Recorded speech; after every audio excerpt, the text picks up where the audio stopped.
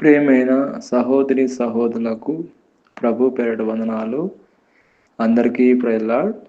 అందరు బాగున్నారా? మీ అందరి గురించి ప్రార్థన చేస్తూ వస్తున్నాము.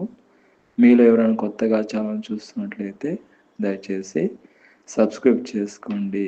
అదేవిధంగా ఇతరులకు కూడా తెలియచేయండి. ఈరోజు మనము దేవుని వాక్యం నుంచి నా నామమున మీరు నన్నేమి అడిగినను నేను చేతును. యోహాను సువార్త 14వ అధ్యాయము 14వ వచనంలో యేసుక్రీస్తు ప్రభు మనకు ఒక గొప్ప వాగ్దానం చేస్తున్నాడండి.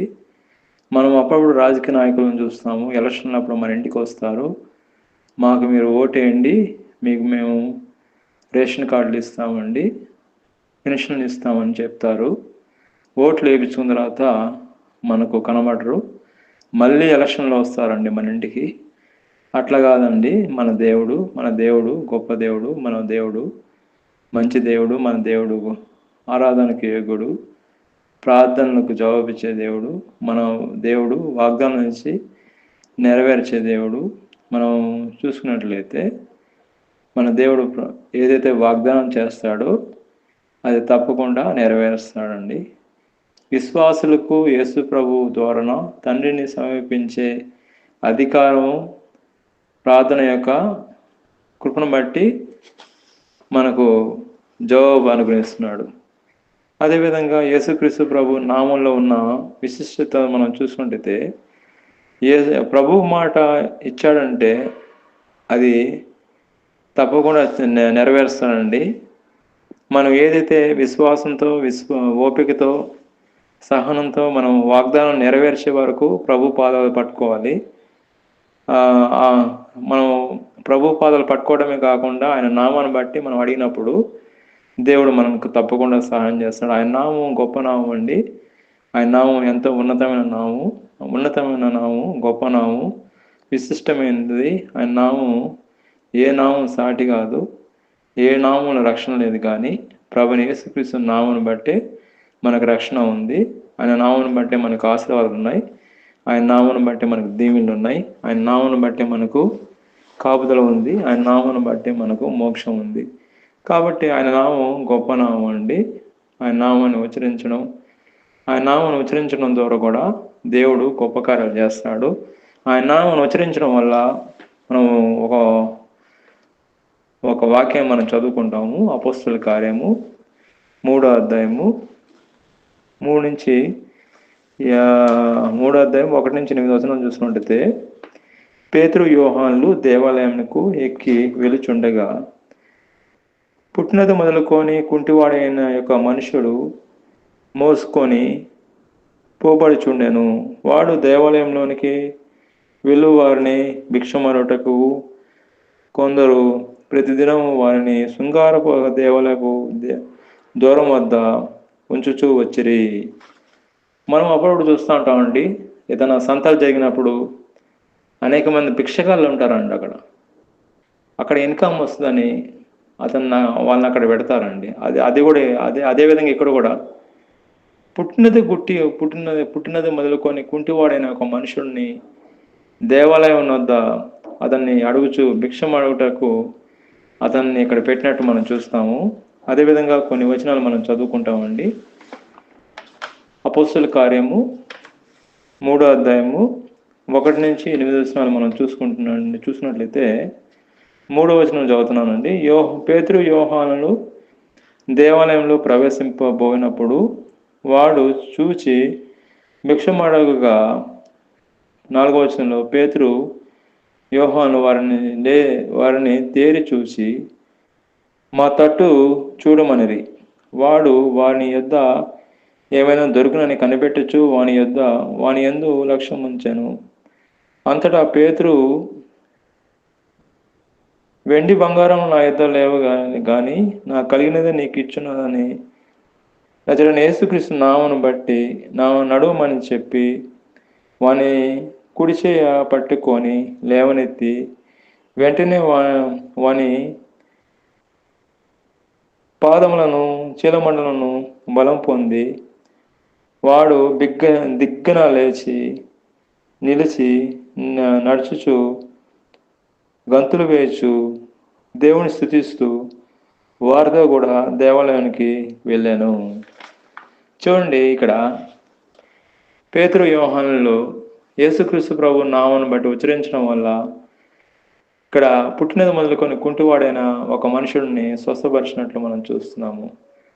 ప్రపంచంలో ఎంతోమంది డాక్టర్లు ఉంటారండి.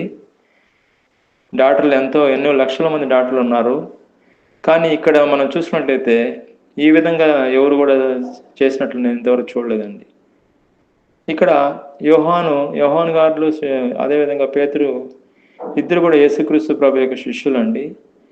యేసుక్రీస్తు నామాన్ని బట్టి వాళ్ళు ఉచ్చరించడం వల్ల అద్భుతం జరిగినట్లు మనం చూస్తున్నాము. ఇతను పుట్టినది కుంటివాడండి.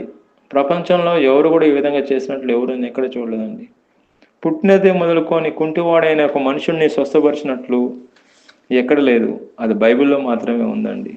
కాబట్టి దేవుడికి అసాధ్యం అంటే ఏది లేదు. ఆయన అనుకుంటే ఏదైనా చేయగలడు. ఆయన యందు మన విశ్వాసము నమ్మకం పెడితే దేవుడు తప్పకుండా మనకు స్వస్థత ఇస్తాడు. ఆయన నామను బట్టి మనం అడిగినప్పుడు మనకు తప్పకుండా దేవుడు స్వస్థత ఇస్తాడు. అదేవిధంగా 1 యోహాను 3:22 మరియు మనం ఆయనను ఆజ్ఞలను గైకొనచ్చు ఆయనను దృష్టికి ఇష్టమైనవి చేయుచున్నాము గనుక మనం ఏమి అడిగినను అది ఆయన వలన మనకు దొరుకును అంటున్నాడు. ఇక్కడ మనం చూసుకున్నట్లయితే మనం ఆయన ఆజ్ఞలను గైకొనచ్చు ఆయన దృష్టికి ఇష్టానుసారంగా మనం నడుచుకుంటే 2 చేయాలండి. ఒకటి ఆజ్ఞలు పాటించాలి. రెండవదిగా దేవుడికి ఇష్టానుసారంగా నడుచుకుంటే మనకి ఏది ఇష్టమో దేవుడు తప్పకుండా సహాయం చేస్తాడు. పైన వచనంలో ఏముందంటే యోహాను సువార్త 14:14 నా నామములో మీరు నన్ను ఏమి అడిగినా నేను చేతును ఉంది కదా, దానికి వివరంగా ఇక్కడ ఉందండి. అంటే ఆయన ఇష్టానుసారంగా మనం జీవించినప్పుడు ఆయన ఆజ్ఞలను పాటించినప్పుడు ఆయనకి ఇష్టమేదో మనం చేసినప్పుడు దేవుడు మన ప్రార్థన కూడా ఆయన వింటాడండి. అదేవిధంగా ఇంకొక వచనంలో క్లియర్గా ఉందండి. 1 యోహాను రాసిన పత్రిక 5:13 ఆయనను బట్టే మనకు కలిగిన ధైర్యం ఏమనగా ఆయన చిత్తానుసారంగా మనం ఏది అడిగినను ఆయన మనవి ఆలకించిన అనున్నదే. అక్కడ పైన చూసినట్టయితే ఆయన ఆజ్ఞలను మనం పాటించాలి, ఆయన చిత్తానుసారంగా మనం నడుచుకోవాలి. అప్పుడు మన ప్రార్థనకు జవాబు తప్పకుండా ఇస్తానని దేవుడు చెప్తున్నాడండి. అదేవిధంగా యోహాను సువార్త 14:16 మన కొరకు యేసుక్రీస్తు ప్రభు విజ్ఞాపన చేస్తున్నానండి. నేను తండ్రిని వేడుకొందును మీ యొద్దకు ఎల్లప్పుడూ ఉండుటకే ఆయన వేరే కాదనకర్తను అనగా సత్యస్వరూపమైన ఆత్మను మీకు అనుగ్రహించినట్లు. అంటే యేసుక్రీస్తు ప్రభు అడుగుతున్నాడు, ప్రార్థన చేస్తున్నాడు తండ్రిని మన కొరకు, పరిశుద్ధాత్మ కొరకు ప్రార్థన చేస్తున్నాడు. పైన వచనంలో చూసినట్టయితే ఇక్కడ మనకి ఇష్టానుసారంగా మనం నడుచుకున్నట్లయితే దేవుడి ఇష్టానుసారంగా మన ఇష్టానుసారం కాదు, దేవుడి ఇష్టానుసారంగాను అదేవిధంగా ఆయన ఆజ్ఞలను పాటించడం వల్ల మనకు ఏది ఇష్టమో అది దేవుడు చేస్తా అంటున్నాడు. అదేవిధంగా దేవుడు పరిశుద్ధాత్మను మనకు అనుగ్రహిస్తున్నాడు. దేవుడు మన కొరకు విజ్ఞాపన చేస్తున్నాడు, మన కొరకు పరిశుద్ధాత్మ దేవుడి కొరకు మనకు దయచేయడానికి. అదేవిధంగా మనం కొన్ని వచనాలు మనం చూసుకున్నట్లయితే అపోస్తుల కార్యము 16:18 చూసినట్లయితే ఆమె ఇలాగా అనేక దినములు చేయుచుండెను. ఆమె అంటే సోదె చెప్పే ఆమె అండి. ఇక్కడ సోదె ఈమె దయ్యం వల్ల అనేక సోదె చెప్తుందండి. అపోస్తుల కార్యము 16:18 చూసినట్టు ఆమె అనేక దినములు సోదె చెప్పడం వల్ల చాలా లాభం వచ్చిందండి వాళ్ళ బాస్కి. అయితే పౌలుకి ఒకరోజు వ్యాఖ్యలు పడి ఆమె మీద ఆమె వైపు చూచి నీవు ఇవి విడిచి పొమ్మని యేసుక్రీస్తు నామమును ఆజ్ఞాపించున్నానని ఆ దయ్యంతో చెప్పగా వెంటనే అది ఆమెను విడిచి వదిలిపోయాను. దయ్యం అండి, దయ్యం వల్ల ఆమె సోద చెప్తున్నది. ఎప్పుడైతే ఆ దయ్యము యేసుక్రీస్తు నామను బట్టి ఆజ్ఞాపిస్తున్నా వెళ్ళిపో అని అనగానే దయ్యం అనేది వెళ్ళిపోయిందండి. ఇక్కడ మనం యేసుక్రీస్తు నామాన్ని బట్టి నామం గురించి మనం చూసుకుంటున్నాము. యేసుక్రీస్తు నామను బట్టి మనం కూడా ఉచ్చరించినట్లయితే, మనం కూడా ఆజ్ఞాపించినట్లయితే దయ్యాలు కూడా వెళ్తాయండి. మనలాగా మనకు కూడా లోపడతాయండి. ఆనాడు జరిగిన కార్యాలు ఈరోజు కూడా జరుగుతాయి. ఎందుకంటే దేవుడు నిన్న నేడు ఏకరీతిగా ఉన్నాడు కాబట్టి, సజీవుడైన దేవుడు కాబట్టి, మన దేవుడు మన ప్రార్థనకు తప్పకుండా జవాబిస్తాడు.